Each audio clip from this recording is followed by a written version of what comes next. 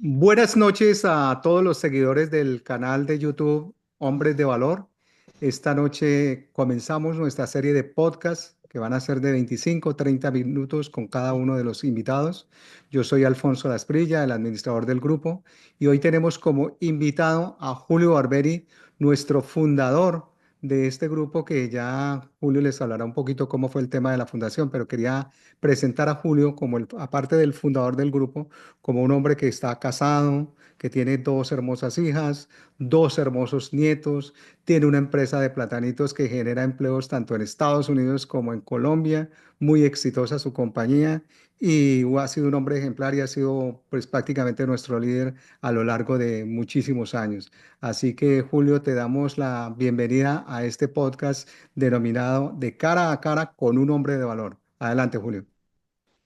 Bueno, Alfonso, buenas noches. Muchísimas gracias por esta invitación y saludo a todos los oyentes, a todos los que van a escuchar este podcast. Pues vamos a hablar un poquito pues de mi vida y bueno, con mucho gusto aquí estoy atento a las preguntas, Alfonso. Bueno, primero que todo, tengo varias preguntitas en varios frentes. Una pregunta que tiene que ver con fe y valores, otra que tiene que ver con la vida personal, otra que tiene que ver con el liderazgo y empresa, porque ha sido un hombre ejemplar en materia de liderazgo empresarial. También en eso tenemos varias preguntas, pero por lo menos que pudiéramos desarrollar una hoy. Y tenemos otra que es la inspiración y comunidad. La finalidad y el objetivo de estos podcasts es conocer e inspirar a la gente a hacer empresa, a tener un comportamiento de liderazgo, a ser realmente un hombre de valor, que eso es lo que nosotros queremos. Primero que todo, queremos pedirle a Julio, que es nuestro fundador, que le dé la bendición a este podcast que comienza el primero del año, el primero de la serie que se llama Cara a Cara con un hombre de valor. Así que, Julio Barberi, por favor, dirígenos en oración esta serie de podcasts que comienzan el día de hoy. Bueno, claro que sí. Bueno, Padre Celestial, en esta noche preciosa, Señor, te damos la bienvenida, Espíritu Santo, a este primer podcast, Señor. Te pedimos que seas tú llenándonos de tu favor, de tu gracia, de tu presencia para poder transmitir a todos los hombres y a toda la audiencia que va a estar aquí escuchando estos podcasts, estas reuniones. Queremos primero que todo darte la gloria a ti, nuestro amado Señor Jesucristo, porque todo te lo debemos exactamente, especialmente a ti, Señor. Así que lo ponemos delante de ti y gracias en el nombre de Cristo Jesús por esta reunión. Amén.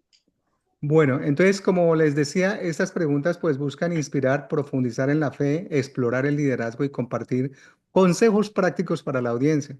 Entonces, la primera pregunta tiene que ver con fe y valores. Es ¿cómo definirías lo que significa ser un hombre de valor? ¿Y por qué esta pregunta antes de que me la contestes? Porque nosotros escogimos este nombre hace muchos años que comenzó el grupo. Julio va a hablar de eso antes de definir lo que significa ser un hombre de valor cristiano. Y queremos saber si este nombre emblemático de hombre de valor corresponde a esta idea de este grupo por el cual han pasado miles de personas y ha generado un movimiento bastante grande. No sabíamos del éxito que iba a tener a nivel de YouTube. Hemos alcanzado más de 16.000 vistas. Actualmente tenemos más de 224 personas que nos siguen permanentemente, y el grupo de nosotros son alrededor de 60, 70, 80 personas en este grupo. Así que nos gustaría que Julio con esta antesala nos dijera qué significa ser un hombre de valor y los antecedentes de este grupo. Bueno, Alfonso, yo divido en dos categorías, digamos, esa área para los hombres y para la parte empresarial, bueno, para varias cosas. Unas son los principios y otras son los valores. Para mí los principios son universales, no cambian, son principios establecidos por Dios, como la ley de la siembra y la cosecha, pero los valores son culturales y son de acuerdo a cada familia, a cada empresa, a cada familia, a cada país, a cada región.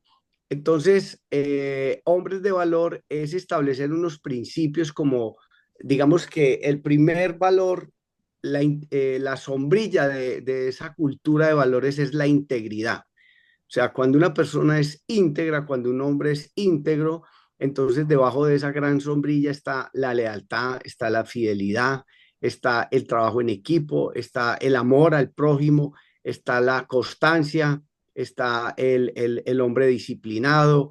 Bueno, en fin, debajo de esa sombrilla pueden haber muchos valores que lo que nosotros hacemos es extraerlos de la Biblia para podérselos transmitir a los hombres, ¿no es cierto? Para que cada hombre empiece a generar un valor mucho más grande cada día, cada semana, cada valor, cada mes, si es que pone en acción esos valores que hacen que la cultura o que el hombre se enriquezca.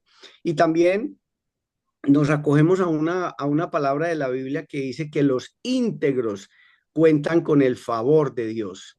O sea, para nosotros obtener el favor de Dios debemos de ser íntegros. Siempre que Dios nos quiere entregar a nosotros algo, primero nos demanda de algo. Entonces es muy importante que nosotros crezcamos en esa cultura de valores, como sombrilla la integridad, para poder contar con ese favor de Dios que lo necesitamos tanto todos los hombres. Ok, en cuanto a esa integridad, fue uno de los conceptos que hablas, que fue uno de los que más hemos trabajado a lo largo de todo este tiempo. Me gustaría que, si es posible, que extendieras un poquitico el concepto de esa sombrilla de integridad, porque habían como unos tres pilares de los cuales habíamos hablado en algún momento y vale la pena explicárselos a la gente en el sentido de que no solamente es la fidelidad, la honestidad, sino la fidelidad y la coherencia entre lo que se piensa, se dice y se hace, ¿no?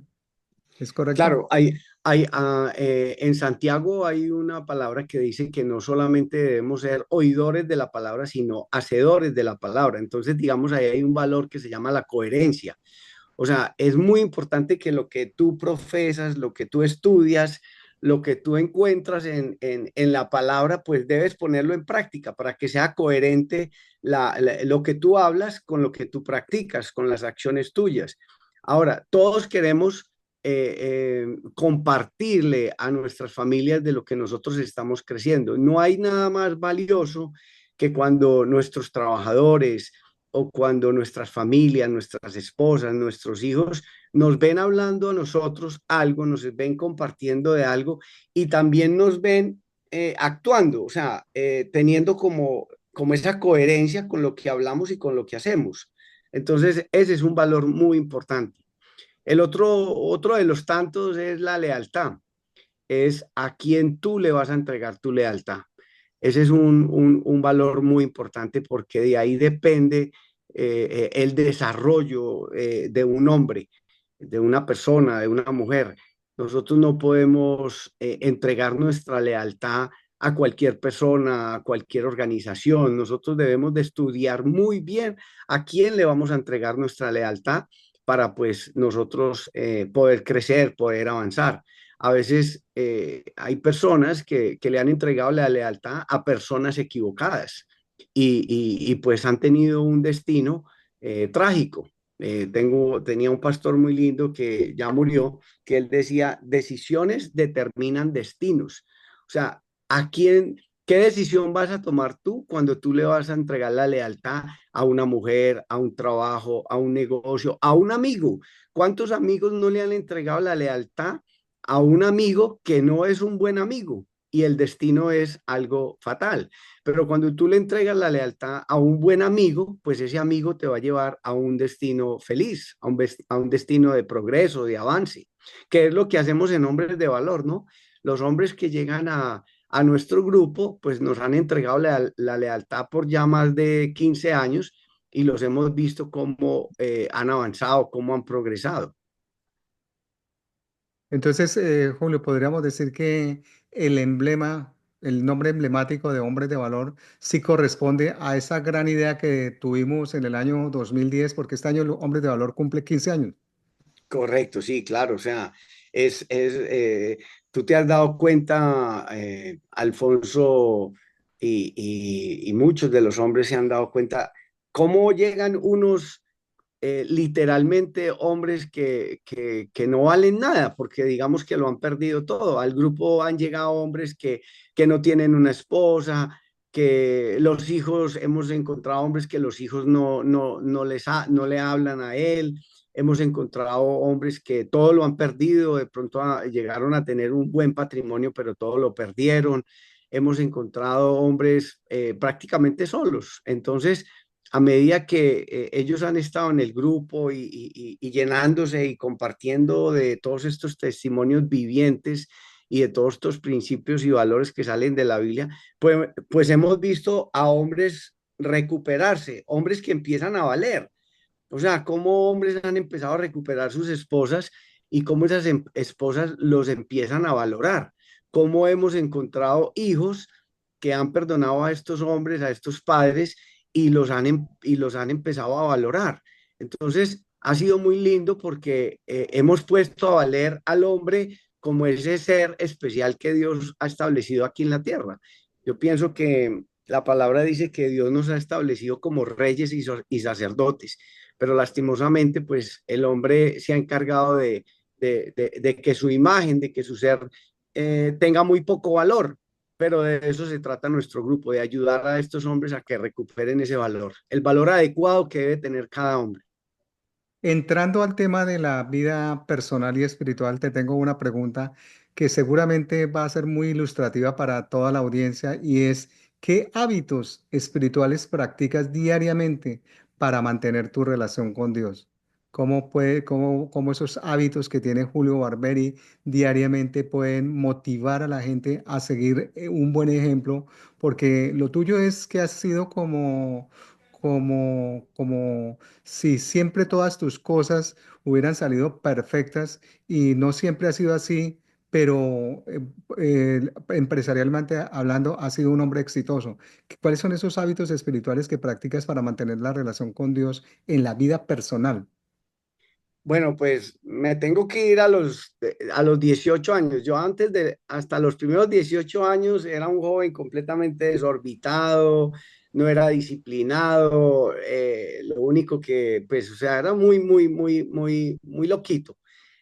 A los 18 años yo conozco la palabra de Dios, se me acerca un pastor y me enseña a compartir la palabra de Dios. Él estuvo 6 años enseñándome a estudiar la palabra de Dios y en la palabra de Dios fue que yo encontré todos estos buenos hábitos que he venido construyendo desde los 18 hasta ahora, hasta mis 60 años, ¿sí?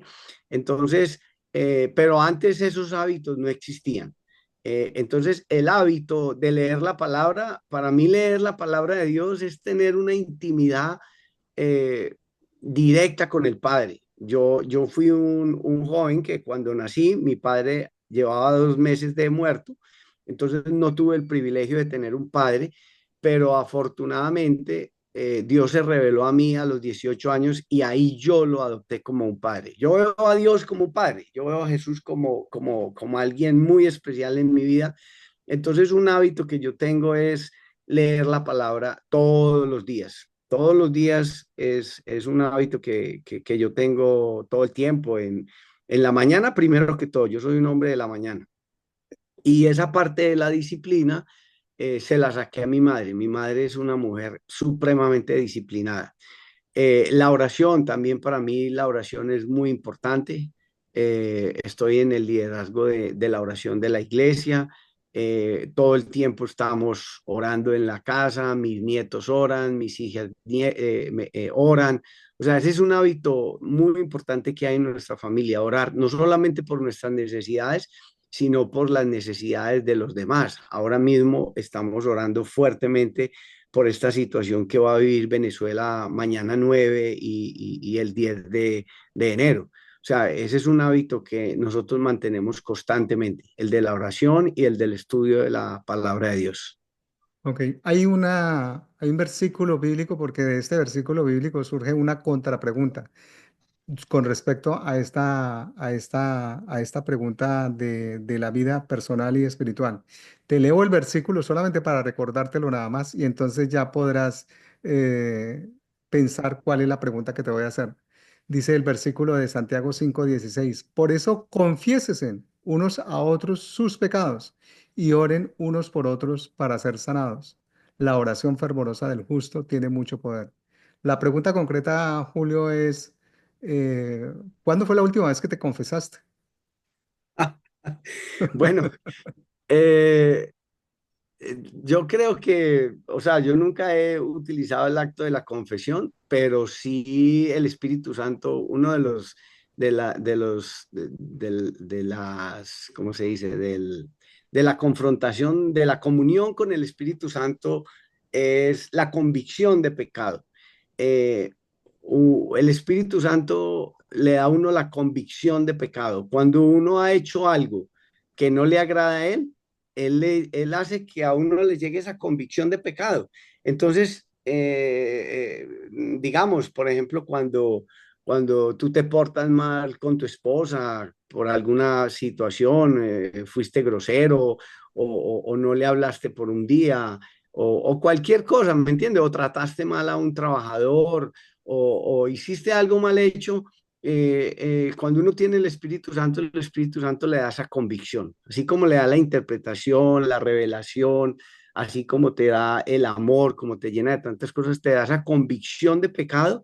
Y cuando eso llega a uno, lo que uno debe hacer es postrarse o sentarse como usted lo quiera hacer y pedirle perdón sobre todo al Espíritu Santo, porque la expresión más grande de Dios es el amor que fue entregar a su Hijo. La expresión más grande de Jesús es la gracia, que por gracia somos salvos. Pero la expresión más grande del Espíritu Santo es que Él habita en medio de nosotros y Él es el que nos da esa convicción. A Él es el que hay que realmente pedirle perdón, porque Él dice que cuando nosotros actuamos de esa manera, Él se contrista, Él se siente triste cuando nos ve a nosotros en una condición de pecado. Entonces, si me preguntas, ¿hace cuánto me confesé? Yo creo que la semana pasada hice algo y tuve que ponerme a cuentas con el Espíritu Santo. Qué bueno. La siguiente pregunta tiene que ver con liderazgo y empresa. Y entonces, para todos los seguidores del canal de YouTube, queremos recordarles que Julio Barberi dirige una empresa de platanitos muy exitosa en los Estados Unidos y en Colombia y que, como se los comentaba al comienzo, que genera un gran nivel de empleo tanto en Colombia como en Estados Unidos, que es los platanitos de la compañía de él, que es Barberi Internacional. Entonces, desde esa óptica de empresario, la pregunta es, ¿cuál ha sido el mayor desafío que has tenido que enfrentar como empresario cristiano? ¿Cuál es el mayor desafío que has tenido que enfrentar? Bueno, desafíos como empresario, eh, muchísimos, o sea, todo el tiempo estamos enfrentando desafíos. Ahorita mismo estamos enfrentando un desafío grande aquí en Colombia con toda la situación que se está viviendo políticamente.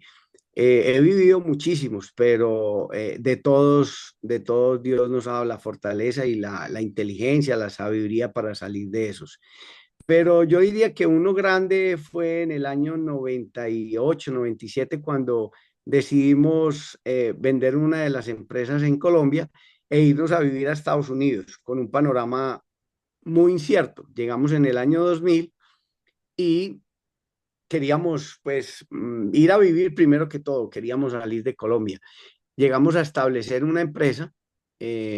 Para establecer una empresa en Estados Unidos se requiere muy buen capital y no lo teníamos, pero logramos encontrar un nicho, encontrar un mercado, encontrar un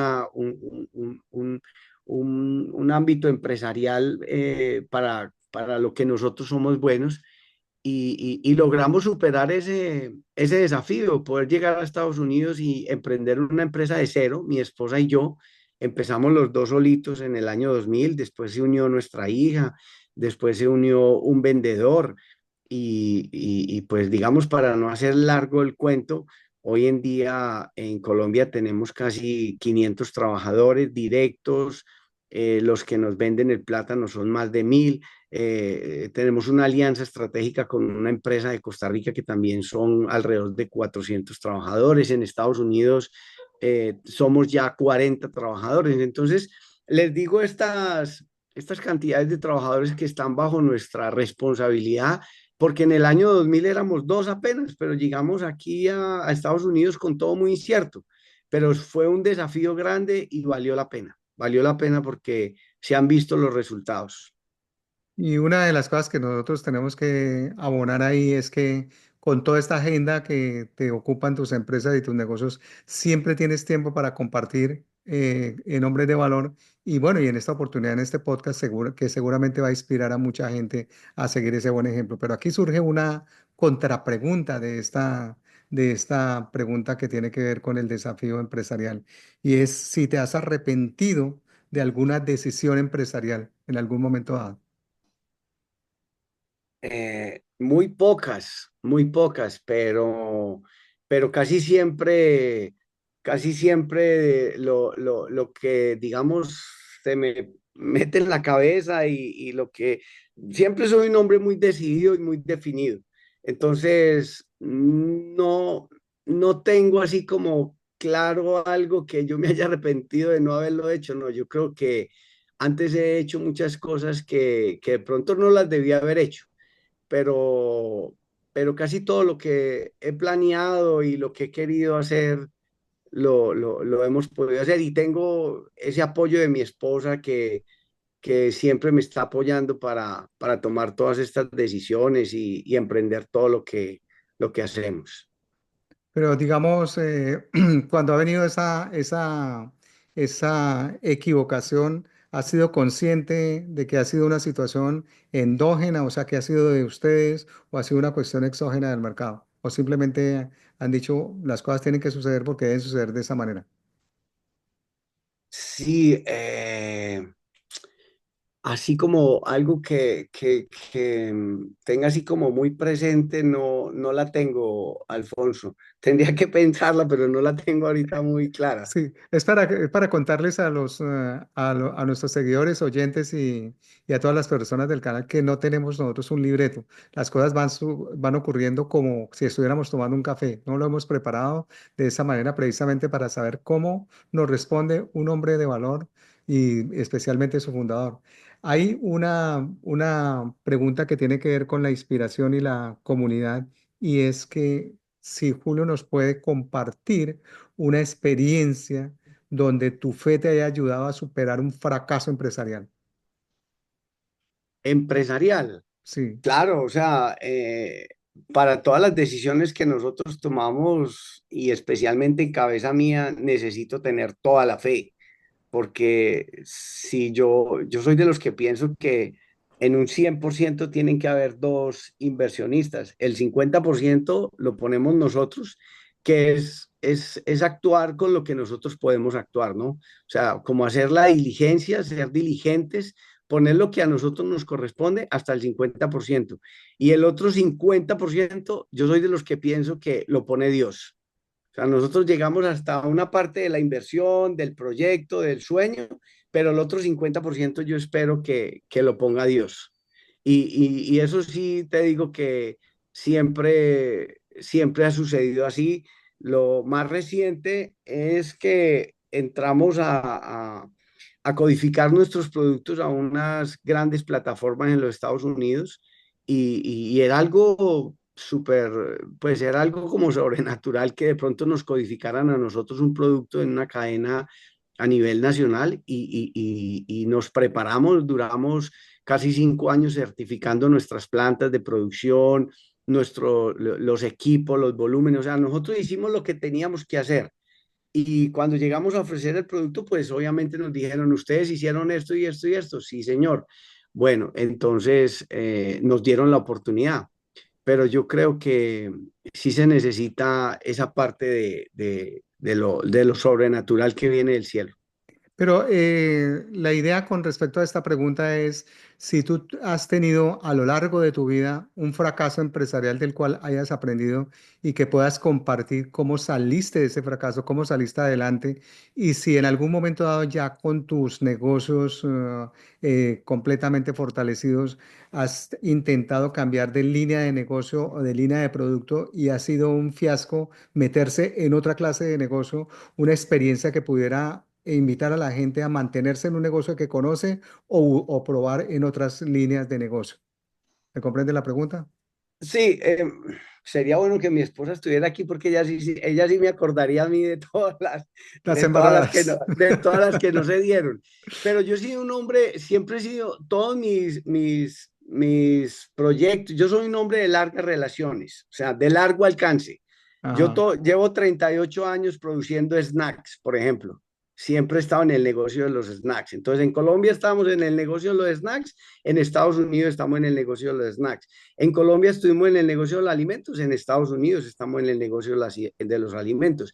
En Colombia, de pronto, un fracaso que tuvimos o una situación difícil fue que cuando empezó el país a estar en esta situación financiera y de seguridad, pues claro, nuestro negocio se afectó muchísimo de tal manera que se afectó tanto que decidimos más bien vender gran parte de la empresa e irnos con ese capital a Estados Unidos a arrancar un nuevo negocio. Entonces, digamos que ese podría haber sido un fracaso que se vivió por situaciones ajenas a nosotros, por todo lo que se estaba viviendo en el país.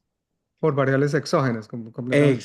Exactamente. Digamos que ese puede ser el más fuerte que hemos vivido mi esposa y yo empresarialmente, pero venía algo mejor. O sea, si eso no hubiera pasado, pues nosotros nos hubiéramos quedado solo vendiendo en Colombia, pero gracias a Dios que eso pasó porque ya fuimos a Colombia, a Estados Unidos y ahí ya empezamos a vender, pues no solamente en Colombia, sino en Estados Unidos, en Canadá, en Europa, en Centroamérica, en muchos países.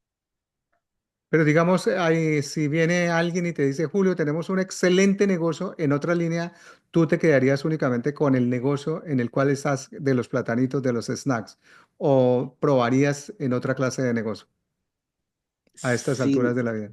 sí, yo soy muy esquivo para eso. Yo le saqué dos cosas lindas a mi madre que tiene 95 años y es la que ella nos ha enseñado a nosotros. Ella ha sido la Abraham de nuestra familia y ella me ha enseñado cosas como la disciplina y la fidelidad. Ujú. Ella, ella es una mujer muy fiel y yo siento que yo soy muy fiel a mi esposa, a mis hijos, a mis principios y yo soy fiel al negocio. O sea, Ujú. a mí me parece que si yo me pongo a meterme en muchas cosas y como a distraerme, como que yo siento que no le estoy siendo fiel y como que toda esa gente, todo ese mundo de trabajadores, todo ese emporio que hay de responsabilidades, toda la cantidad de gente que hay, si ellos me ven a mí como en otras cosas, siento de cierta manera que no estoy siendo fiel a toda esta organización. Y una, Entonces, sí ¿sí? soy muy esquivo a propuestas A que no propuestas de otros estén. negocios. Sí, correcto. Y una pregunta que me surge que seguramente le va a servir a muchísima gente y le va a ayudar a la gente a tomar decisiones y a no meterse en problemas es tomar las decisiones en equipo. Pero ¿qué pasa cuando Diana Barberi y Julio Barberi se reúnen a tomar una decisión y ambos están pensando, están en orillas distintas porque tienen que tomar una decisión, no sé, del carácter de impulsar un producto más en un lugar que en otro? Tienen una decisión que está un poco encontrada. ¿Quién es el tercero que entra a paliar con el voto para decir, espérate, yo me inclino por esto? ¿O cómo negocian esa parte? ¿Cómo se negocia esa parte con la esposa? Porque esa parte es bien, debe ser bien ilustrativa para todos nosotros. No, y te cuento, o sea, me encantaría que estuviera aquí mi esposa, pero sí, ella y yo somos muy, muy diferentes en eso. Yo soy una persona de mucha fe y soy una persona muy arriesgada, muy, muy arriesgada y digamos que a lo que yo le apunto es un poquito como asustador y mi esposa no es arriesgada, entonces ella siempre se llena de temor, ella se pone muy asustadita, pero digamos que cuando ella ha visto que los riesgos que yo he tomado y han traído tan buenos resultados, entonces ya cada vez confía un poquito más, como que descansa más en las decisiones que he tomado, porque digamos que le he trabajado por eso y le he traído buenos frutos. Pero de hace más o menos unos 15 años entró nuestra hija Paula a trabajar a la empresa y ella sí es la que viene a complementar esas decisiones. Ella es como la mitad de ella y la mitad mía. Entonces, ella viene como a apoyar en decir, no, vamos a apoyar esta idea de mi papá, lo vamos a hacer, vamos a invertir en eso, vamos a lograr, vamos a abrir ese mercado. Y después se vino la otra hija que se llama Valentina y Mm. ella sí que es más parecida a mí. Entonces, tengo O, como, o sea, se tengo una, inclina con las hijas, con Valentina y con Paulita, la sí, balanza se inclina hacia las decisiones que toma Julio Barberi. exacto, y Significa, como, y como ha habido fruto, entonces ellas dicen, no, ¿por qué no vamos a salir adelante en este proyecto o en esta decisión? Seguro que lo vamos a lograr. Entonces sí, sí tenemos un equipo ahí más bien como hacia lanzarnos a los proyectos y a las cosas. Qué bueno, qué bueno. Eso yo creo que es un ejemplo de liderazgo y de decisiones en equipo. El trabajo en equipo, Ah, definitivamente de sinergia. ese es uno de nuestros valores empresariales, el trabajo en equipo. Y yo personalmente hoy en día, yo no tomo ninguna decisión si mi esposa y mis dos hijas no están de acuerdo. Ellas tienen que estar de acuerdo en cualquier decisión que nosotros tomemos hoy en día empresarialmente o de inversión. Correcto. Pues, se aplica el concepto de sinergia, ¿no? Que más cuatro cerebros trabajando en equipo producen más ideas creativas que cuatro cerebros trabajando en forma independiente. O sea No, que ahí claro, las cuatro personas. imagínate, Alfonso, cuántos millones de neuronas tiene cada ser. No sé, pongámosle 2 millones de neuronas. Entonces, si yo activo mis 2 millones de neuronas, pues solo son dos, pero si yo pongo las de los cuatro, son 8 millones de neuronas que están ahí generando idea, proponiendo cosas, trabajando por una causa, por un proyecto. Entonces, uno lo que debe apoyar, lo que uno debe tener claro es ese trabajo en equipo, que Trabajo en para equipo, mí claro. es fundamental. O sea, nosotros tenemos muchos equipos de trabajo porque para mí son fundamental para poder crecer, para poder avanzar. Pues gracias, mi querido Julio. Yo sabía que el tiempo se nos iba a pasar volando. Esta media hora se pasó como si fueran 5 minutos. Así que nos Ah, quedan, eran 20 preguntas, apenas se respondieron cuatro. Quedan otras 16 preguntas. Estaremos pendientes con otro podcast, el cual le anunciaremos con tiempo y lo vamos a ir desarrollando porque de verdad que conversar con Julio es algo inspirador, es algo motivador, es algo que nos enseña. Muchas gracias, querido Julio, y nos vemos entonces en un próximo podcast. no, gracias a ti, Alfonso, y uno contigo se siente en mucha confianza. Tú eres tremendo director y la verdad que le dan ganas a uno de seguir conversando. Yo soy muy malo para salir a entrevistas, pero contigo de verdad que se siente uno muy, muy tranquilo, muy Bueno, seguro. muchas gracias, Julito. Nos vemos en una próxima oportunidad. Un abrazo. Bueno, Hasta hasta luego. luego. Hasta